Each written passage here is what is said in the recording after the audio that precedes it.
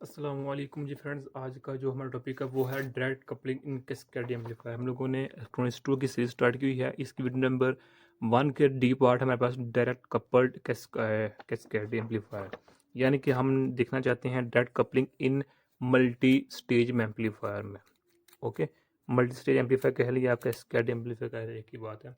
तो आइए इसको स्टार्ट करते हैं। बिस्मिल्लाहिर्रहमानिर्रहीम, सल्लल्लाहु अला मुहम्मद सल्लल्लाहु अलैहि व आलिहि वसल्लम। जिस तरह अगर हम नाम से देखें तो हमें नाम से ही पता लग रहा है कि डायरेक्ट कपलिंग हुआ है, यानी कि दो एम्पलीफायर हैं, दो या दो से ज़्यादा एम्पलीफायर है और उन दोनों एम्पलीफायर को हमने डायरेक्ट कनेक्ट किया होता है। ओके, तो मिसाल के तौर पर ये देखिए हमारे पास एक ये मेरे पास इसे ये है। ओके, तो ये हमारे पास और ये हमारे पास इनपुट है और ये हमारे पास और ये हमारे पास रेजिस्टेंस है R2, इसको नाम दे लें, इसको R1 का नाम दे लें, और यहाँ जो मेरे पास होगा ये मेरे पास R3 है और ये मेरे पास R4 है और इसको हमने अटैच कर दिया है VCC के साथ। ओके, तो अब ये मेरे पास R5 है।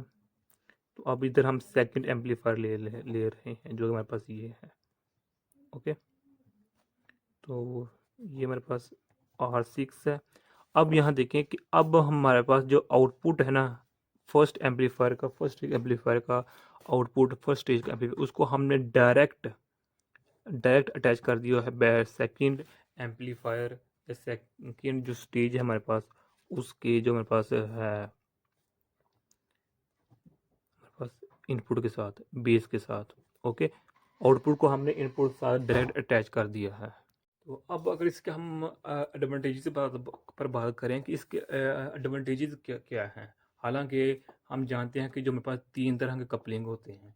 एक जो अब हम स्टडी कर रहे हैं डायरेक्ट कपलिंग का हमारे पास है, और एक हमारे पास ट्रांसफार्मर कपलिंग होती है, और एक हमारे पास होती है RC कपलिंग होती है। तो हम इधर सिर्फ DC यानी कि डायरेक्ट कपलिंग को स्टडी कर रहे हैं। ओके, तो अब जो मेरे पास डायरेक्ट कपलिंग है इसको हम DC कपलिंग भी कहते हैं, इसको हम कंडक्टिव कपलिंग भी कहते हैं, कंडक्टिव कपलिंग भी कहते हैं। ओके, या फिर इसको हम गैल्वेनिक कपलिंग भी कहते हैं, कंडक्टिंग एंड गैल्वेनिक कपलिंग का भी नाम देते हैं इसको हम। तो अब इसमें देखें, इसका सबसे बड़ा एडवांटेज ये है कि ये सिंपल सर्किट है। इसमें कोई भी लंबी चौड़ी बात नहीं है जिस तरह हमारे पास दूसरे सर्किट में होती है कि आउटपुट, फर्स्ट के आउटपुट और सेकंड एम्पलीफायर के इनपुट के दरम्यान हम कैपेसिटर लगाते, ट्रांसफार्मर, रेजिस्टर लगाते, तो मेरे पास उधर मेरे पास सर्किट कॉम्प्लिकेटेड हो जाता था।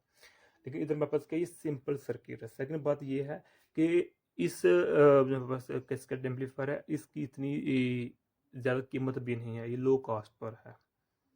ओके, तो ये भी इसका एक बेनिफिट है। इसके अलावा अगर इसके हम एप्लीकेशन की बात करें कि जो हम ये यूज़ करते हैं एलिमिनेट करने के लिए, मेजर करने के लिए फ्रीक्वेंसी लॉस की, जो जहाँ हमारे पास फ्रीक्वेंसी का लॉस, नुकसान हुआ है थ्रू अ कपलिंग नेटवर्क, कि हम के कपलिंग नेटवर्क के थ्रू कितना नुकसान होता है किसी कैस्केड एम्पलीफायर में, उसको हम मेजर करने के लिए इसको हम यूज़ कर सकते हैं। इसके अलावा इसको हम लो फ्रीक्वेंसी सिग्नल्स को फाइंड करने के लिए, एम्पलीफाई करने के लिए भी इसको हम यूज़ कर सकते हैं। इसके अलावा इसको हम बायो इलेक्ट्रिक मेजरमेंट्स में यूज़ करते हैं। इसके अलावा इसको हम एनालॉग कंप्यूटेशन में भी यूज़ करते हैं।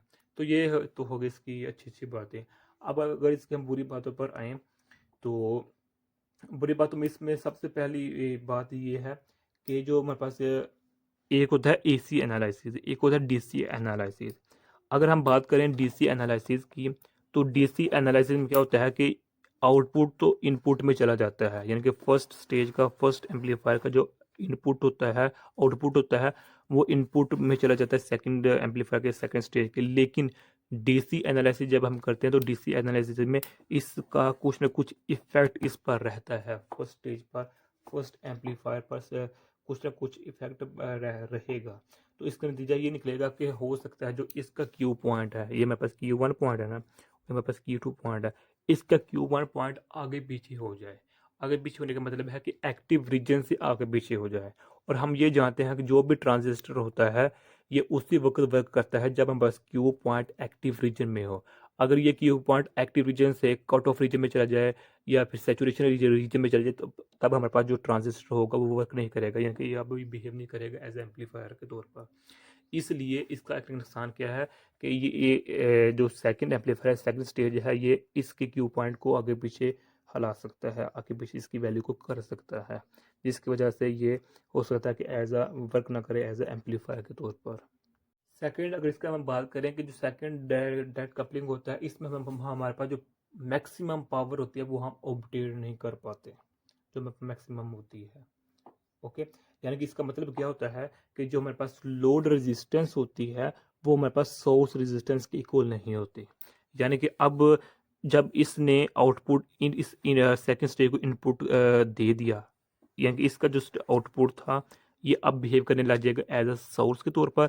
अब इसने गेन कर लिया है इसके आउटपुट को एज ए इनपुट के तौर पर, तो अब ये बिहेव करने लग जाएगा लोड रेजिस्टेंस के तौर पर। ओके, तो जब हमारे पास इस सोर्स इसका टोटल का जो रेजिस्टेंस होगा या कि सोर्स का जो रेजिस्टेंस होगा इस लोड के रेजिस्टेंस के इक्वल नहीं होगा, तब हमारे पास मैक्सिमम पावर नहीं आएगी। और डायरेक्ट कपलिंग में हम कभी भी इन दोनों का जो रेजिस्टेंस है इक्वल नहीं होता, जिसकी वजह से हमारे पास मैक्सिमम पावर होता है वो हम गेन नहीं कर पाते। ओके, तो यही आज का हमारा सा टॉपिक था।